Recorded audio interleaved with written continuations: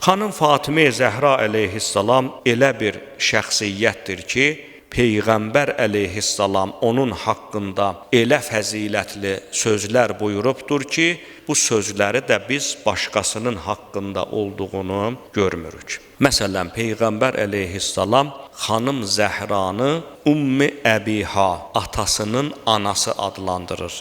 Niyə Peyğəmbərimiz desin ki, Fatimə mənim anamdır? Deməli, burada Peyğəmbərin dedikləri bilirik ki, birincisi ilahi vəhyə əsaslanır. Xanım Zəhranı Peyğəmbər öz anası ona görə adlandırır ki, xanımın Peyğəmbərin boynunda çox böyük haqları var. Nə haqq ola bilər o? Burada söhbət, əzizlər, ideoloji haqdan gedir. Məsələ ideoloji haqdır. İkincisi, hüquqi baxımından onun deyilməsinin biz şahidiyik. Yəni Peyğəmbər ona görə dedi ki, mənim anamdır. Ərəb cəmiyyətində qadınlara verilmiş qiymət hər kəsə məlumdur. Əslində qiymətsizlikdir. O cəmiyyətdə nə ananın hüququ var idi, nə qızın, nə də xanımın. Heç bir hüququ yox idi. Peyğəmbər əleyhissalam xanım Zəhranın misalında qadınlara çox böyük bir hüquq vermiş oldu.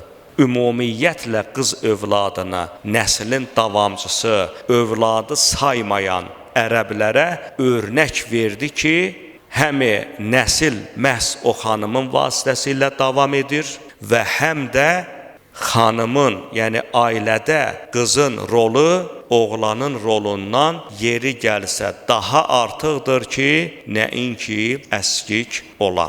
Deməli, Peyğəmbər əleyhissalam xanım Zəhraya anamdır ona görə dedi ki, onun vasitəsi ilə qadınlara çox böyük hüquq vermiş oldu. Və həmçinin Peyğəmbər əleyhissalam mübarək kəlamlarının birində Fatimə bədənimin bir hissəsidir. Onu incidən məni incidib, məni incidən, mənə əziyyət edən isə Allaha əziyyət etmişdir deyə buyurur. Bədənimin bir hissəsidir sözü də bioloji mənada deyil.